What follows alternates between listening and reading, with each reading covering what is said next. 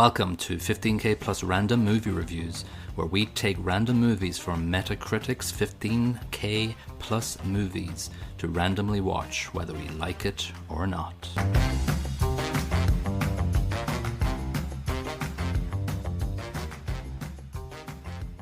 Hello and welcome to episode 14 of 15K plus random movie reviews. This is Colin. And this is Niall. And this is random movie 14,948 on Metacritic's all-time movie list. It is called Gentlemen Broncos from 2009. It has a Metascore of 28, which wasn't very high, and a user score of 5.8, which was a little bit higher, so we might get into that and why that might be. The budget for this was $10 million, and the box office was not good. It was $118,192. It's a kick in the junk, considering their previous successes. But yeah, interesting. Yeah, but I can also see why audiences didn't really grasp this as much as Napoleon Dynamite, for example. So, awards, not a lot of big awards, but there's a couple of small awards here. Film Independent Spirit Award for Best Supporting Actor for Jermaine Clement, which I can see why, and Best Film at the Berlin International Film Festival. Interesting. So yeah, nothing crazy, but some recognition. So the director is Jared Hess, and him along with his wife wrote this. Her name is Can you pronounce the wife's name? Because Jerusha. Jerusha, very good. I was struggling there myself. Yeah, so they are the ones behind Napoleon Dynamite and Nacho Libre, and so you can obviously see traits and ingredients from those movies in this movie. Just to give you a background, I watched Nacho Libre for the first time 2 nights. Very good. Yeah, 2 nights before I watched this one. And I actually think this one's better than Nacho Libre, to be honest with you. I didn't think... I agree, and I loved Nacho Libre, so, it's... Yeah, like, obviously we're not scoring that movie, but I think this is slightly better. Yeah, I was going through it, Nacho Libre, and then I was thinking about Napoleon Dynamite. Then when I watched this, I sort of assumed why Nacho Libre wasn't that good. It's because not all of the characters are weirdos in Nacho Libre. They're not. They don't add a lot of substance to the plot. There is Nacho and his sidekick, and they're quite weird. The nun isn't weird, and nobody else is weird in the movie, and they don't have enough weird lines to bring that across the line. And I would agree with you there, because if you're going to set up a weird movie where everything's weird, it's not enough that a couple of people are weird. It doesn't make as much sense. Whereas in an almost parallel universe, all these people being weird together kind of makes sense. Yeah. A weird universe. Yeah, and so it is Nacho Libre. It's definitely a weird storyline, but just not weird enough to make it as good as Napoleon Dynamite. Because every character in Napoleon Dynamite has something to look forward to when you rewatch it. But I can't even remember whatever. Anyway, this isn't about Nacho Libre. 3 hours later, still talking about Nacho Libre, and what you don't like it as much. Yeah. Just one more important name behind this is the producer Mike White. Now, to be honest with you, I first knew of him from Survivor and The Amazing Race, because I watched those reality shows, and he was a contestant twice on The Amazing Race and once on Survivor. I did not know that. Yeah, and he kind of kept it secret on Survivor what he was involved with, but I think nobody recognized him or anything. Dude, this guy's got cojones, in terms of what he's done. He's done a lot. Yeah, he's very, obviously right now he's big up for White Lotus, and it's a really good TV show. I really enjoyed it. But he did write the Emoji Movie, though. Yeah, that's not his highest point. But, you can go back and look at School of Rock in Orange County as some of his writing past work, and, they're pretty good. So he's done quite well for himself, and he's doing amazing right now. Yeah, and fair play to him. All right, so... let's get to that later. All right, so in a nutshell, this plot is about Benjamin, played by Michael Angarano, and he's basically a teenager who likes to write sci-fi, weird sci-fi. And so he goes to a writer's camp where Chevalier, played by Jermaine Clement, is there, and he's very famous. He's his idol, basically. He writes a lot of sci-fi, and he basically ends up stealing Benjamin's story, and from then on, it gets out of hand. You forgot to mention the memory cannons. It's just stuck with me, and then I can't get it out of my head. Well, I was going to mention them later. Sorry. When we get into that area. Okay. That's all I can think of now. Sorry. It's interesting. So Chevalier steals the story, and at the same time, Judith and Lonnie buy the rights from Benjamin to make his movie as well. Is it not Tabitha? Tabitha. Judith is Jennifer Coolidge's character. Sorry, yeah. Tabitha. Yeah, so Tabitha and Lonnie. So you'll see during this movie 3 versions of the movie he made in sort of flashbacks. Not flashbacks, but flash alternatives. And also as they make this horrible movie in real life as well. So it's interesting. It's interesting the way it's wrapped up and introduced. I love the readings of the story, and then as they flash into that version of the story, be it Jermaine Clement's or Benjamin's version of it. But yeah, I'll let you go on. Yeah, no, we will get to that anyway. So, it's only 129 minutes long, so it flies by pretty much. And it reminded me of also Nacho Libre as well, because it has a problem, and they solve it within the last 10 minutes of the movie. So, I love that as well, though. We're finished, done, bang. Yeah, it's very similar, and that's fine. I'm trying to think of Napoleon Dynamite. That's sort of similar to that too, I guess. Well, he kind of solves everything by dancing in Napoleon Dynamite, which is awesome. Yeah. So anyway, let's start off in the first 30 minutes sets it up. He's heading off the band camp, and I sort of knew I'd laugh a couple of times during this movie when he's going to band camp, and the bus driver comes out, and he's just one of these, let's call them Hessian characters. He's just a bit off-center. He's a bit just weird. And then Benjamin's going on to the bus, and he hits the bus driver in the head with his bag. And then he gets onto the bus, and he hits another girl in the head with a bag. And I just went, oh, that's kind of funny. And then the next bit I laughed on the bus was when he had to give Tabitha a hand massage. See, that's one of the parts of the movie I found a bit too much, if you will. Really? Yeah, it was just so much. It was just so much conditioner or so much. It was too much lotion, man. It was just the noise that was freaking me out. The noise freaked me out. I couldn't take it. Well, that's it. Well, some people don't like those sort of noises, so I guess that'll freak you out. Yeah, but I just thought that was hilarious because I liked the Lonnie eating the crisps into her ear and going, oh. That made me chuckle. That was weird, and it all went on. It all went on for just so much, a bit too long.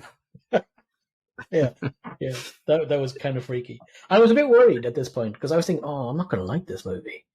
Because I really wanted to like this movie, but it moves on, thank God, and there's less lotion.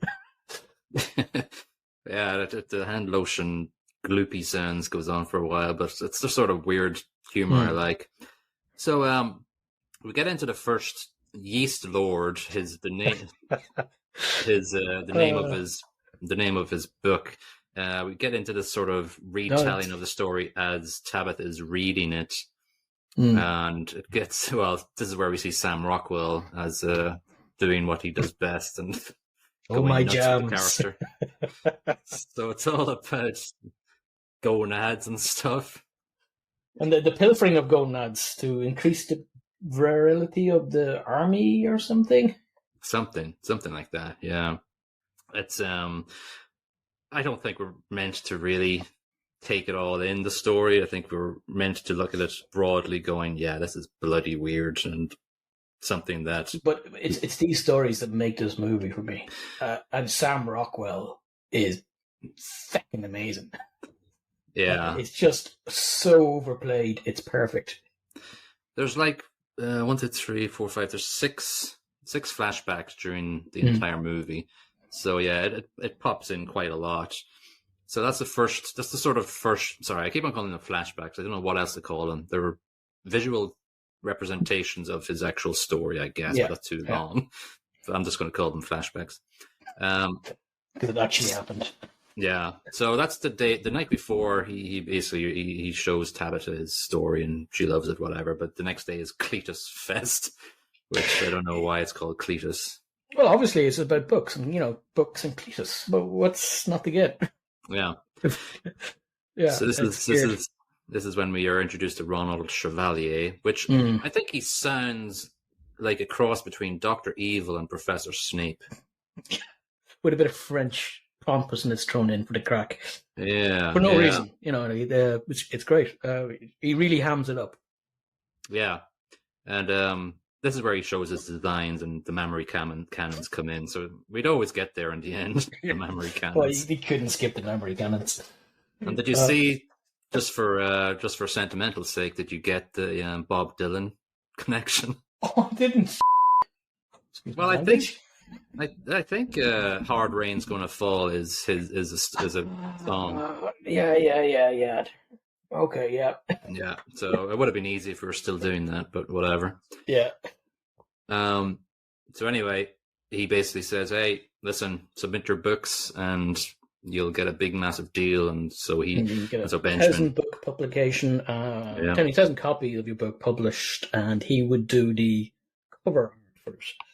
Which, judging by his stuff he did when he was 13, was going to be amazing.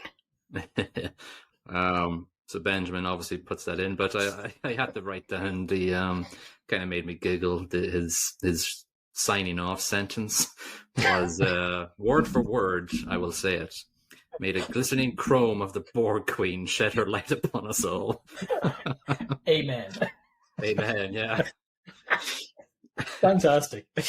I'm going to say that every time I leave a room now. It's a good way to sign off. Maybe we should sign off the podcast with that. Oh, we'll do that later. Yeah, no problem. So I think the next kind of funny bit is the workshop the next day with the with how to change names to make it more legendary. The suffix workshop. The suffix workshop. And it was funny because it said, add any of these to it. Anus, agonus, onus, onius. Yeah. And it makes it more mysterious and interesting. Yeah, one of the Teacup. Teacup. She says, one of my characters called Teacup. You go, no. It could be called Traginus. And then the main character goes, well, maybe it should be about a resource like rock or trees or something. And this really offended Ronald. Yeah. No. I wrote. What was it he said? Oh, do you realize I am the author of Troll Hole? Troll Hole. Brilliant.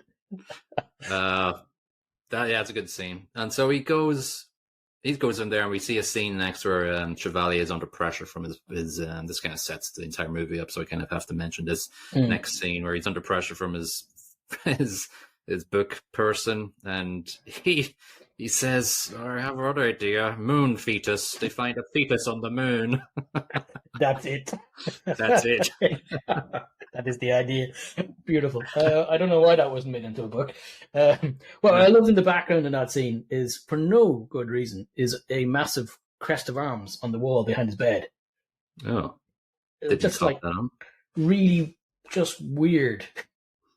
But a lot of this movie, a lot of weird stuff's in the background. Like the main character's Benjamin's house is a geodesic kind of dome shaped thing for no reason other than it's weird. Yeah, it's an interesting architecture for that, and it's just like a hobbit house or something. Concrete. He finds Benjamin's book and he reads it, and I only mention that because then the next interlude comes in, and the first Bronco is the last. Bronco is the last time we see Bronco before he turns into Brutus, which is more entertaining. Amazing. Sitting there with his back to the camera. Oh, I'll let you. No, go ahead. Well, it opens. He's on the beach. Back to the camera. He's got rocks tied to his leg or legs for some reason, and he's screaming in pain as the narrator, which I think is Benjamin, informs people that he's sewing back on his missing gonad. Yeah. Just weird, but amazing. Yeah, and there's a lot to mention of yeast factories and stuff like that. Just bizarre stuff. Yeah. So that brings us up to like the half an hour mark. So we're kind of a third way through the movie already, and he goes back home. He leaves. Benjamin leaves the writer Cletus Fest early and goes home, and you see the sort of weird interaction he has with his mother, weird life he has at home with his mom. His mom, played by Jennifer Coolidge, who plays the character like Jennifer Coolidge plays the character in White Lotus. Very, very simpering, very prone to emotional outbursts, sort of fragile a little bit, and weird, like every other character. So I thought she was quite good in it, though. I think. Yeah. It's Jennifer Coolidge. Like she's playing herself, really. Yeah. She's doing that. So yeah, he has to sell lingerie and stuff for his mother, who's like, well, gowns. Dressing gowns, yeah. Yeah, but weirdly, she makes the dressing gowns out of things like curtains and duvets, yeah, which is nice. Well, yeah, in that world, it's nice, yeah. And then you go through Chevalier. He's rewriting everything. He says, right, I'm going to have to change. You have to put a Cyclops there, surveillance doze. Yeah, I hate doze. What I like about that is when he's changing the name to Brutus. Yeah, it's a nod that I'm betraying you, and then he says, "Oh, please forgive me, Brutus." Save. But yeah, and then moon buggies as not just Cyclops, but a Cyclops on a moon buggy. Fantastic. Yeah, and but then the next piece is Sam Rockwell. He's licking this. There's another character in it who's just a weird technology guy or whatever, just strange, makes bombs. But anyway, he points at something on the ground. Sam Rockwell goes over, picks it up, and goes, "Oh, a yeast biscuit." Starts nibbling it, eats a bit of it. But the next piece is just. Is this the jumping bit? Or am I jumping the gun? Jumping bit. Yeah, we start springing around on some sort of weird wire work. I don't think it happens now. I didn't really write too much about what was going on in these interludes. Like I focus mostly on the interludes because I have random words. Cyclops there. No, I think that's. I might have been jumping the gun. Sorry, yes. No, it is here. Sorry, it is here. Yeah, he starts jumping around for about 30 seconds for no particular reason other than he's just eating a yeast biscuit, and it's just beautiful in my mind. It's just weird ass Sam Rockwell dressed in a pink gown, bouncing around the place with a mad blonde wig on his head. Yeah, I think he's better as Brutus than he is as Bronco. He hams it up big time. He just turns it up to 11. Yeah, he camps it up basically. We head back and we are introduced to Dusty, his snake all over. The guardian angel of Benjamin. Like a big, like they do in the States, Big Brother project. So the mum, I don't know if she finds him a church or something to look after the son, so he's got a father figure or something like that. But yeah, that you just introduced him 10 seconds in, a snake poops on him, which a lot. It's a lot of poop. Apparently this happens. I didn't know it, but my wife said, "Oh yeah, they do that." It's like, okay, snake expert. But Mike White plays Dusty just to perfection, like a Hessian character. Yeah, the half-closed eyes, the gape mouth, and just the weirdness. And he's obviously got some blow darts with him and a blow dart tube. And he says something about dipping them in rat poison and some of my poo. Yeah. Which makes sense. And they start shooting the darts at a cat or something. Yeah, they see the cat and it hits Mum. Jennifer. Yeah. In the implants in her the mammary cannons. The mammary cannons. So she kind of faints, and then it's a silicone implant. It's a silicone implant. Thing. Yeah, everybody's okay. Yeah, it's good. I think the next Brutus interlude is where it's a bit of action, and they use his vomiting as a cannon against the flying deer. Oh, the vomit cannon. Yeah, I've got that noted. Yeah. Like there's does with lasers. There's a battle stag with rockets, and it flies around the place trying to kill somebody, but it's just so, Sharknado terrible, but more so. And it's amazing. Yeah. And you know what the deer reminded me of? I don't know if you ever saw the video for Queens of the Stone Age. No one knows. Exactly what I thought. Yeah. Right. It's a similar level of special effects. Yeah, for sure. Which is amazing because I love that video. Why do I have written down around this area, born with flesh pockets? Oh, that's the third character in the in these scenes, the brother of whatever hell their name is, the bald girl. But he reaches his hand into his flesh pocket and pulls out a spare gonad in a glass jar, which they throw at a turret, and it kills the Cyclops powering it for some reason. There you go. Well done. Which is amazing. It makes perfect sense. Yeah. So, at this point, we see a couple of times they're filming the movie in the real world, Tabitha and Lonnie. And Lonnie, Hector Jimenez hams up his smiling a lot. His teeth are just on constant show. Such a wide mouth that man has. And that's not special effects. It's just ridiculous. No. He does it a bit in Nacho Libre, but in this one, he just turns it up. He's just constantly being ultra weird with his mouth movements. Yeah. It gets more so though when he's doing the when he's acting with the bald cap that's painted brown. Oh yeah, big time. Fantastic. And the there's a scene in a couple of minutes. I might be jumping in here a little bit, but no, it's the guys in the back of a trailer being pulled along by a truck, sitting on deers, while the Wind of Changes plays in the background. Yes. And it's such a perfect piece of music. There's changes in his movie being put in. Lonnie's turning it into a kind of a romance, and Benjamin's kind of miffed about this. And the Wind of Changes is playing. He's like, "Oh no." Yeah. So it's a. Oh, I should have mentioned that he's already sold the rights to his story to the two guys at this point. Oh yeah. They're basically ruining the movie every day that they do. I don't think the Scorpions would have envisioned seeing Wind of Change to that. Perfect. Yeah. Better than the actual video. Yeah. So I think Chevalier gets an award or something, doesn't he? And he publishes the book. I don't know if he gets an award, but he's back on top. He's flying now. Everybody loves this book with Brutus and the very effeminate Sam Rockwell.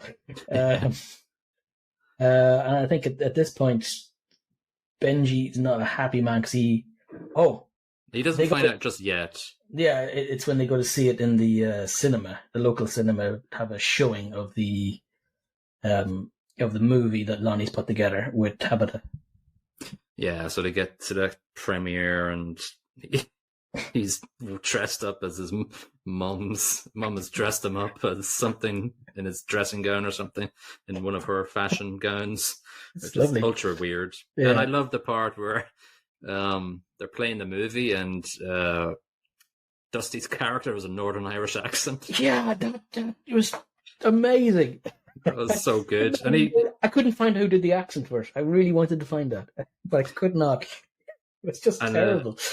And Dusty sort of side looks over to, I think, the lobby or something. What's this? What's happened? But it's just a very, very small voice or a facial reaction. I thought that was very good.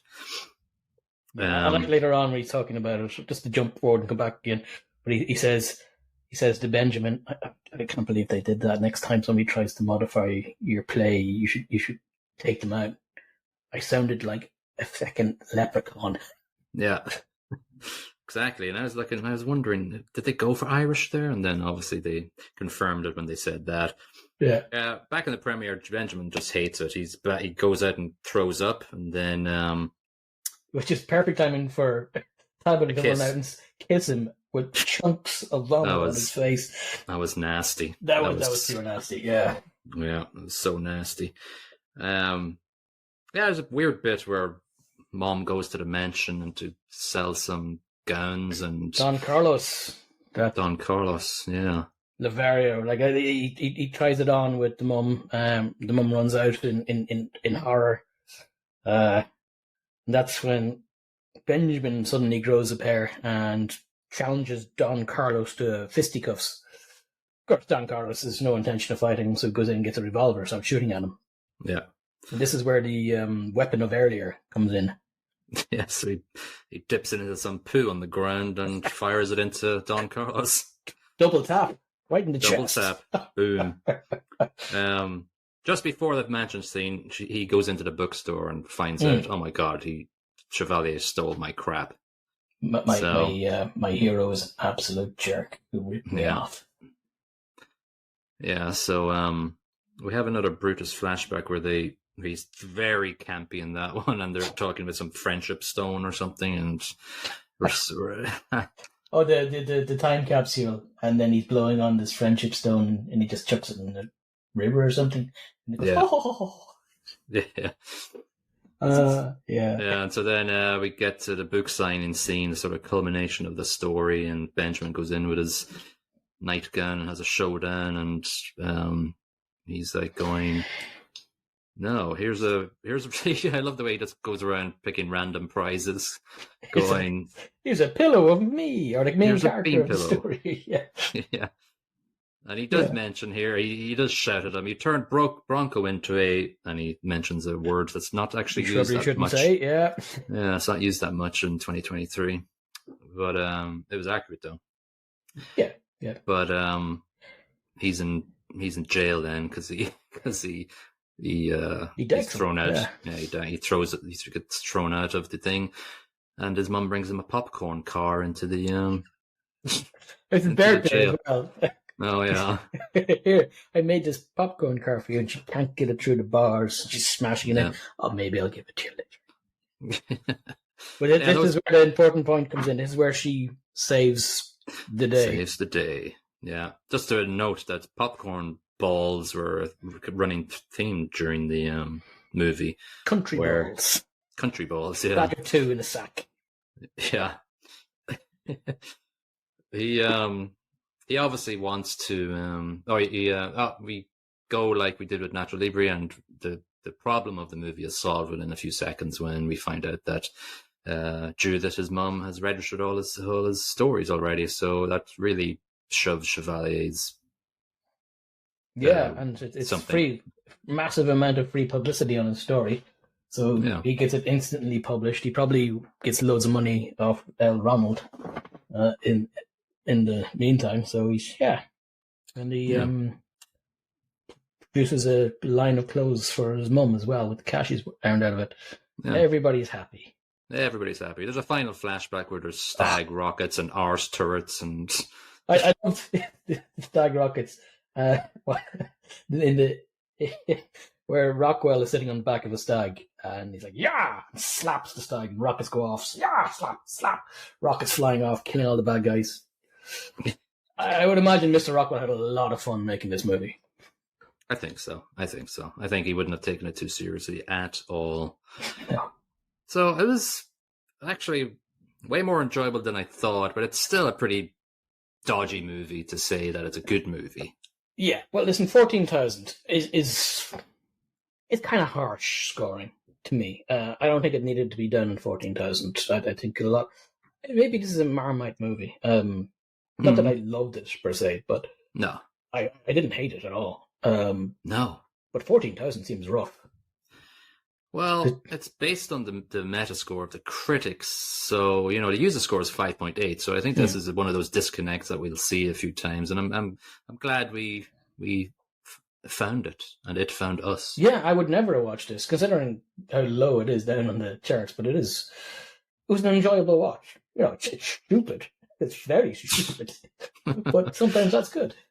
I kind of like that. But, Napoleon Dynamite is hard to beat. I think they just found that and they wrote that and directed it the way they did in a perfect timing situation, and all the characters came together. But having said that, and just to reflect on what we said at the start, I think the more characters that they have that are weird and have a major part in the role, the better the Hessian characteristics of a script comes to light, and it works better that way. So Nacho Libre, I don't think Nacho Libre is bottom of my list, and Gentlemen Broncos is above it. That seems a bit fair. Yeah. Yeah. Listen, so the plot overall, I gave it 2.75 out of 5 just to put it above average, because I thought, it's got weird Bronco interludes and stags with rockets and turrets with arses and some good quotes, and it was kind of enjoyable. I dropped it a little bit lower. I went 2.5, but that's because while I adored all the Sam Rockwell cutscenes, the main story is not exactly complex. It doesn't need to be. No. Yeah. Good. Yeah, that's fine. So acting, you're going to get weird acting from a Hessian movie. I thought Michael Angarano as the main character was fine. He's sort of like this sort of stuff happens in sort of character. I don't know how else to describe it. His acting, ride. Yeah, his acting there wasn't actually that difficult to do, I don't think. And I don't think he needed to do any more than he did. So it's really hard to rate him in this because, as you said, stuff happens to him. He's just there. Yeah. He's along for the ride. He hasn't really done a lot. He played young William in Almost Famous. The only play by Hector Jimenez is weird, and that's what you expect from him from the movies that he's done. He acts with his teeth a lot, which is fine. Play to your strengths, that's what I say. I thought Tabitha was quite good, actually. Haley Pfeiffer, she's done nothing after that. No, not at all. And then Dusty. Yeah, Dusty, Mike Dusty. White. Yeah, very good. Yeah. And of course, Sam. So, I give 3 in acting. I don't know about yourself. I kind of like the acting in it. It's kind of hard to rate, though, because it is weird. Well, you've got Chevalier, Jermaine Clement. Oh, sorry. Yeah, you know him from What We Do in the Shadows and the Flight of the Conchords. Flight of the Conchords, yeah. I think it's confusing. I gave it 2.2 at 5 out of 5 just because I don't know. There's not enough meat to the bones of what they say. Like Napoleon Dynamite, there's a lot more sort of substance to the dialogue, I think, in my opinion. Like Napoleon Dynamite acting, I'd probably give 2.75 out of 5 or maybe 3, just because they take it a bit further, But obviously, there's some characters in this that take it far, but it's just, I don't think it's as powerful as Napoleon Dynamite's range. Napoleon Dynamite had a stronger and more interesting plot to go along with the main character, which I think, I absolutely agree with you there. Yeah, and in Napoleon Dynamite, you've got Napoleon, you've got his brother, his uncle, you've got Pedro, you've got Sensei, proud of your Sensei, and there's a lot more, I think, going on there. So, what did you give it to? I give it 3. 3. Okay. Just because Sam Rockwell. Yeah. 2.25 I give it. What else? Anything there? Obviously, Sam Rockwell worked with Tom Cruise in The Green Mile. Not Tom Cruise, Tom Hanks. It's a different Green Mile than I've seen, but I think I'll watch it. So that's Tom Hanks appearing in the last 3 movies. Well done. Or so. Links theme. Okay, Sand Brackett's track was actually better than I thought it was going to be. It was very good, I thought. We had Ozzy Osbourne, Paranoia. Black Sabbath, Black Sabbath, sorry, yeah. Cher. Sure. Obviously, we had what was that one? "Carry On Wayward" by Kansas. That was a great song in the credits. Yeah. Before we jump off the credits, did you watch past the credits? No.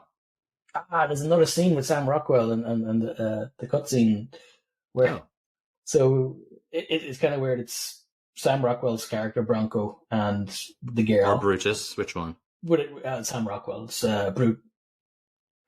Brutus or Bronco? Bronco. Okay. Anyway, he's looking lovingly at the lady while her brother is in the background, which is really freaky.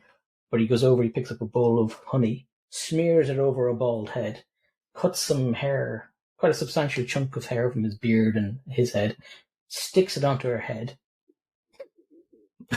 kisses her, then pulls her head back, and then licks her from nose to forehead. And that's the end. Wow.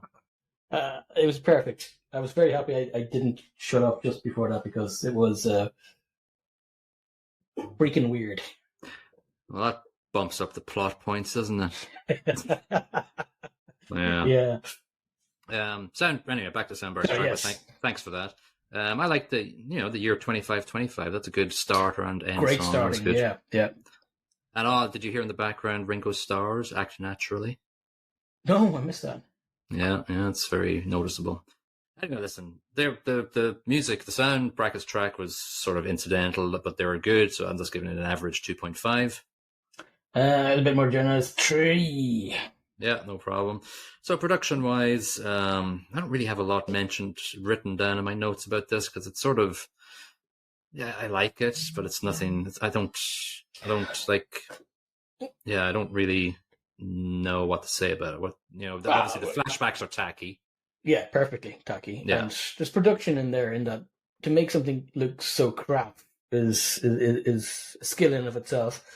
But I also thought the clothes, the wardrobe choice, like everybody wears weird clothes, especially Benjamin and his mum. But then the stuff that Sam Rockwell wears in the cutscenes is insane. Oh, and Ronald Chevalier's choice of clothing too is just fantastic in terms of that sort of stuff. Yeah. And I thought as well the cinematography was, there's nothing interesting in terms of the types of camera angle, but the scenes they picked and things like that geodesic house, or it was just weird, and they've chosen very weird scenes and locations to film.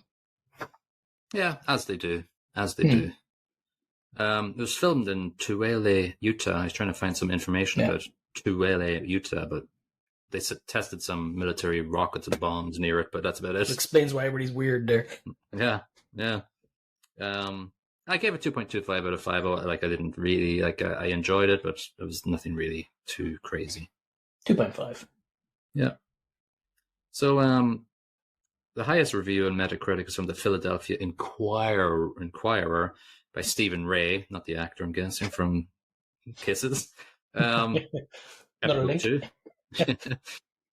Teaming with socially awkward misfits, Gentlemen Broncos is not without its absurdist charms, although Hess, who co-scripted with his wife Jerusha, pushes the envelope in ways it doesn't need pushing. I don't understand that, but that's fine. Doesn't like people who push envelopes. No. Sorry, post people out there. The Austin Chronicle, Marjorie Boomgarden, gave it 0. Whoa. Here we go. White is cast in this film as a guardian angel and adds another level of painful homosexual confusion and stereotyping to the film. What? Ultimately, all the chafing caused by Gentlemen Broncos is likely to leave you saddle sore. I don't know where she gets this from. What the hell was that? Came out of left field. Isn't it? Yeah. I hate gay people, so I complain about them in this movie, even though he's not the gayest character in the movie. But what? Like, if I'm going to have an issue with somebody's awkward gayness, it's Sam Rockwell's appearance in some of the cutscenes. Yeah, I don't know why she would focus on that one, but that's weird. Yeah, okay. Yeah. Anyway, so that's on that note, on that bombshell, that's Kind of That's confused by that one. Okay. Yeah, that's what Marjorie feels about the movie. But I think if you're stuck for a movie and you've got an hour and a half and you want a couple of laughs after a hard day at work and you just don't really want to think about it, and you like weirdness and you like the Napoleon Dynamite, I think you'll kind of enjoy this one. Absolutely, yeah. It's an hour and a half well worth spent. As you said, if you don't like Napoleon Dynamite, you're not gonna like this. Yeah, for sure. Yeah. All right, so I think that's it for Gentlemen Broncos. Let's spin our random wheel here and see what we can get for our next episode. Okay, 548. That's not bad. Yeah, that just came up right away. So let's have a look, see at what that is. All right, 548 is a movie called Rewind from 2020. Do you know it? Is this the one with Jack Black? No. Is that Be Kind Rewind? Yeah. No, I don't know. I don't know what this is, but it's got 87 Metascore and a 6.8 user score. Its movie details is digging through the vast collection of his father's home videos, a young man reconstructs the unthinkable story of his boyhood. It's sort of, looks like a drama documentary. It looks like something maybe in the same ilk of Night of Knowing Nothing. Crap. I don't know if it's from a different country. It doesn't say that in the details. It's only 86 minutes, so it's not going to be too hard to get through.